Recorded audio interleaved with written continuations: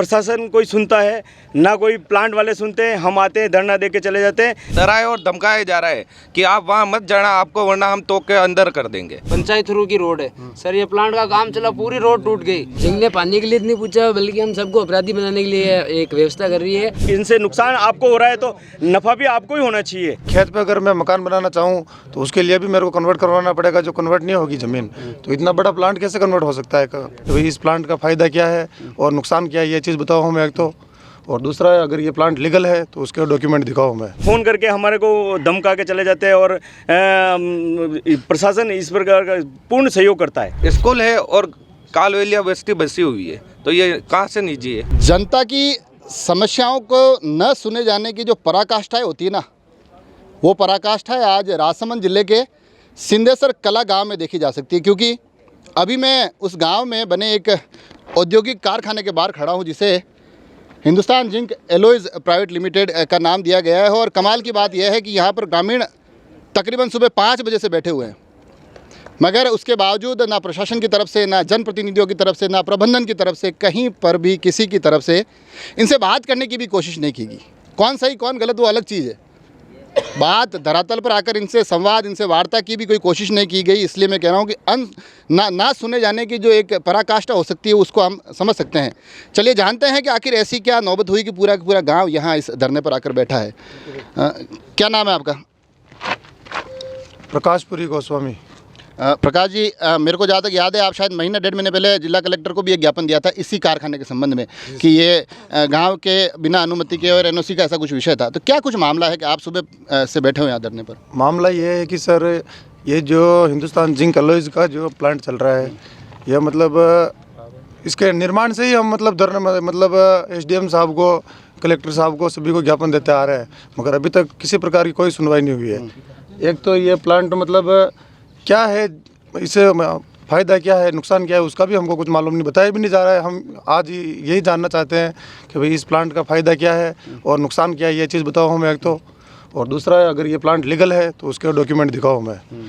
रात को भी इस प्लांट के ट्रेलर ने गाय के आगे रात को एक घटनाक्रम हुआ है। आगे के दोनों पैर तोड़ दिए, फिर भी उसमें भी किसी प्रकार की कोई सुनवाई नहीं हुई। प्रशासन आया और गाड़ी को छुड़वा के ले गया।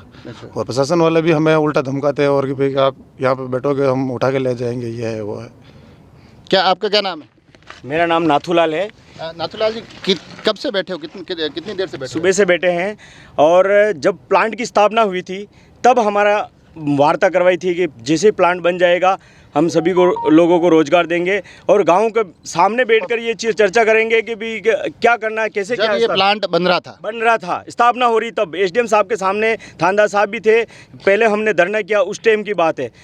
क्या कितने टाइम पहले की बात है? ये लगभग साल भर हो गया। साल भर पहले की बात है। स्थापना हुई तब ये बात हुई थी कि भाई ग्रामीणों के सामने बैठ के बात करें, जितने हमारे को जरूरत होगी 150-200 जो रोजगार हम देंगे, बाकी का होगा धीरे धीरे करके सभी को लगाएंगे। उसके बाद में न तो प्रशासन कोई सुनता है, ना कोई प्लांट वाले सुनते हैं। हम आते हैं, धरना दे के चले जाते हैं और हमारी किसी प्रकार की कोई सुनवाई नहीं हो रही है।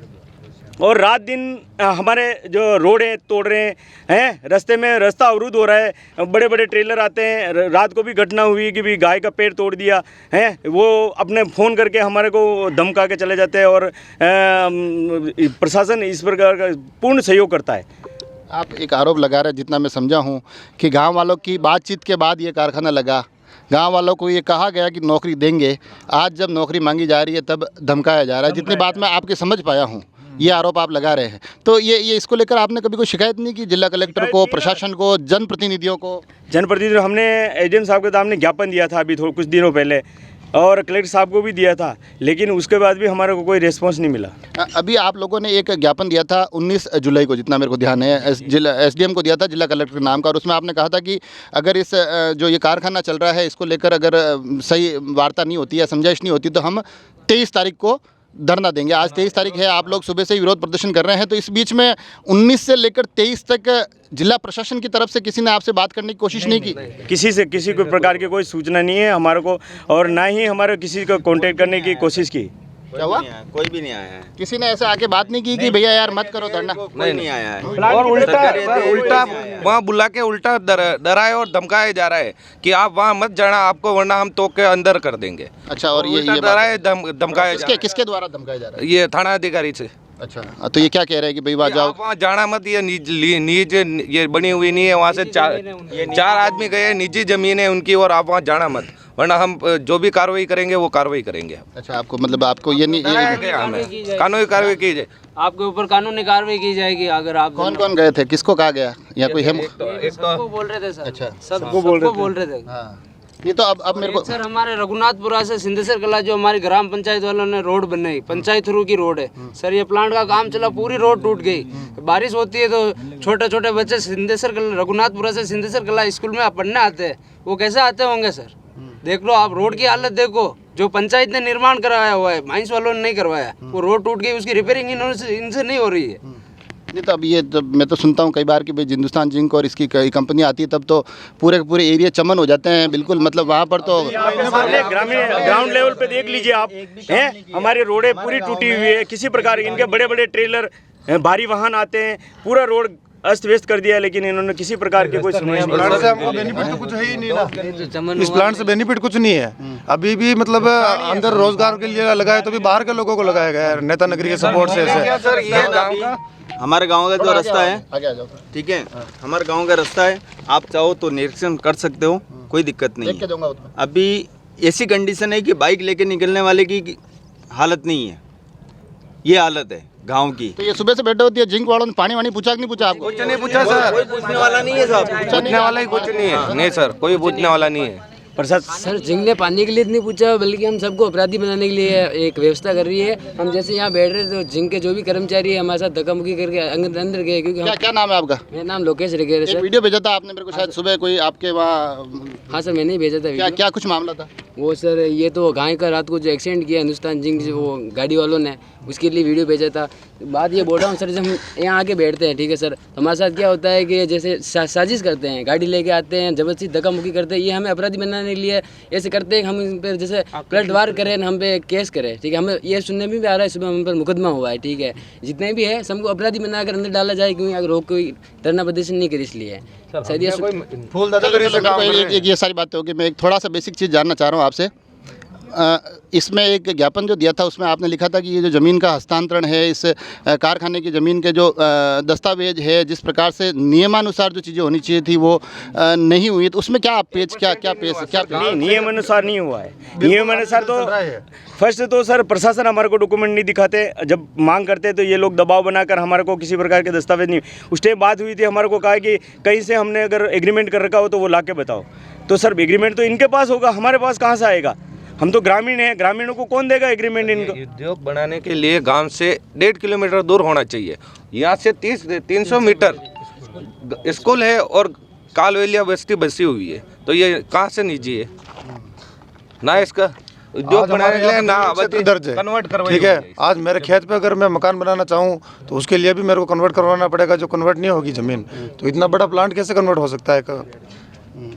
ये मतलब आप कह रहे हो कि नियमों में अनदेखी की गई है? 2002 में इन्होंने खनन क्षेत्र दर्ज करवाया था, जबकि प्रशासन का जिला लेवल से उद्योग वहाँ से क्षेत्र से आया था कि भी बिला नाम जमीन पर खनन क्षेत्र दर्ज करने की स्वीकृति मिली। इन्होंने सारे पे निजी ज़मीनों पे भी खनन क्षेत्र दर्ज कर दिया। इसमें हमने बहुत बार कंप्लेन किया, लेकिन हमारा कोई सुनता नहीं, क्योंकि आगे का दबाव है इनका। आगे ये दबाव की तरफ आ रहा था।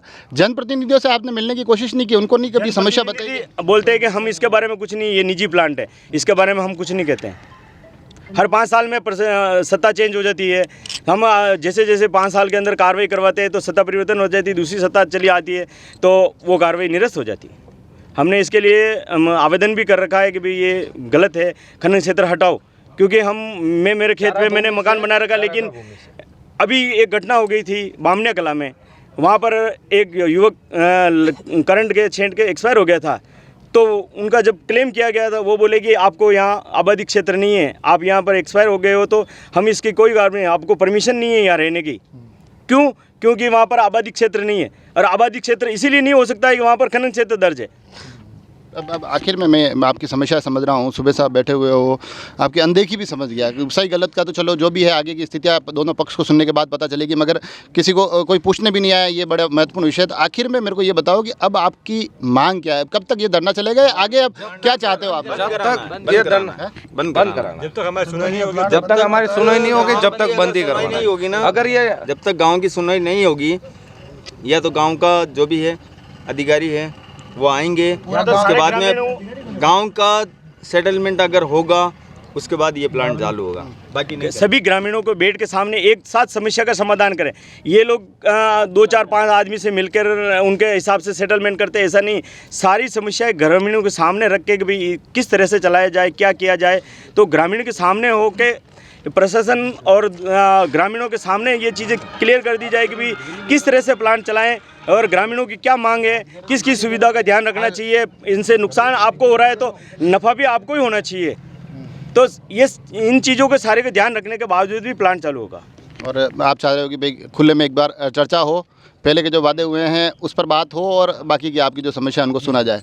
तो समस्या तो आपकी, आप सुबह से बैठे हो, सुन तो कोई राह नहीं है। कोई नहीं सुन रहा है, कोई आया ही नहीं। प्रशासन को तो कब तक चला होगा? आज नहीं आए तो जब तक हम यहाँ नीचे का बैठे रहेंगे, जब तक चलेगी जब तक चलाएंगे सब। जब तक कोई नहीं आएगा जब तक चलेगी जब तक चलाएंगे। पूरी नहीं हुई तो कल यहाँ पे ताला लगाएंगे हम, जैसे ही बाहर निकले सीधी बात है। अभी की शिफ्ट खत्म होगी, जैसे कि शिफ्ट खत्म होगी फिर ताला लगा देंगे शाम को। और कुछ भी नहीं है, ना तो अंदर जाने देंगे ना आने देंगे, बस अभी तो माइंड चल रही है, इसमें कोई नहीं आ रहा। ये देखिए, देखो ये बिल्कुल पीछे ये जो कारखाना जिसकी बात हो रही है हिंदुस्तान जिंक एलॉयज़, जिसको लेकर सबसे बड़ी बात तो ये है कि मैं खुद तकरीबन महीने 1.5 महीने पहले इन्होंने जिला कलेक्ट्री में एक ज्ञापन दिया था, तब भी मैं वहाँ मौके पर मौजूद था। उसके बाद उन्होंने अभी 19 जुलाई को एक ज्ञापन प्रशासन के समक्ष पुनः रखा और कहा गया कि इसके संबंध में संज्ञान लिया जाए। मैं बार बार एक चीज़ दोहरा रहा हूँ कि इस विषय को बैठकर बात करने वाली स्थिति नहीं बन पाई, ये सबसे दुखद है। क्योंकि जिस क्षेत्र में एक समस्या इतनी गंभीर हो गई हो कि ग्रामीण सुबह से बैठे हो, उसके बाद प्रशासन की भी ये जिम्मेदारी बनती है कि वो धरातल पर जाकर इनसे बात करे, ये जो चीज़ें चल रही है इनको कहीं ना कहीं रोकने और समझाने की कोशिश करे। जनप्रतिनिधियों की बहुत बड़ी जिम्मेदारी बनती है। और हिंदुस्तान जिंक तो वैसे भी इन दिनों स्थिति ऐसी हो गई है कि इसके एक गाँव से उठते हैं तो दूसरे गाँव में कोई न कोई समस्या सुनाई देती है। समस्याओं का आलम इस तरह से है कि इस एक प्लांट के लिए सद्बुद्धि यज्ञ भी अभी थोड़े दिनों पहले पास ही की पंचायतों में हुए हैं। तो हालात कोई ज़्यादा बढ़िया है नहीं। और हालात किस प्रकार के हैं आप इससे समझिए कि राजसमंद विधायक थोड़े दिनों पहले हिंदुस्तान जिंक से जुड़ा हुआ मुद्दा विधानसभा में उठा चुकी है। आज कांग्रेस के विधायक राजाखेड़ा से आने वाले रोहित बोहरा वो हिंदुस्तान जिंक पर बोलते दिखाई दिए। सरकार के दोनों हिस्से पक्ष और विपक्ष हिंदुस्तान जिंक को लेकर लगातार मुखर होकर बोल रहे हैं, ग्रामीण ग्राउंड पर बैठकर बोल रहे हैं, सुबह से धरना देते हुए बोल रहे हैं। मगर मज़े की बात यह है कि ना प्रशासन सुन रहा है, ना हिंदुस्तान जिंक का प्रबंधन सुन रहा है और ना ही जनप्रतिनिधि सुन रहे हैं। बड़ा ही गंभीर विषय है और इस गंभीर विषय को गंभीरता के साथ अब सुना जाना ज़रूरी है। क्योंकि ग्रामीणों का बड़ा स्पष्ट तरीके से कहना है कि हम तब तक बैठेंगे जब तक समस्याओं का समाधान नहीं हो जाता है। जुड़े रहे राजसमंद एक्सप्रेस से। धन्यवाद।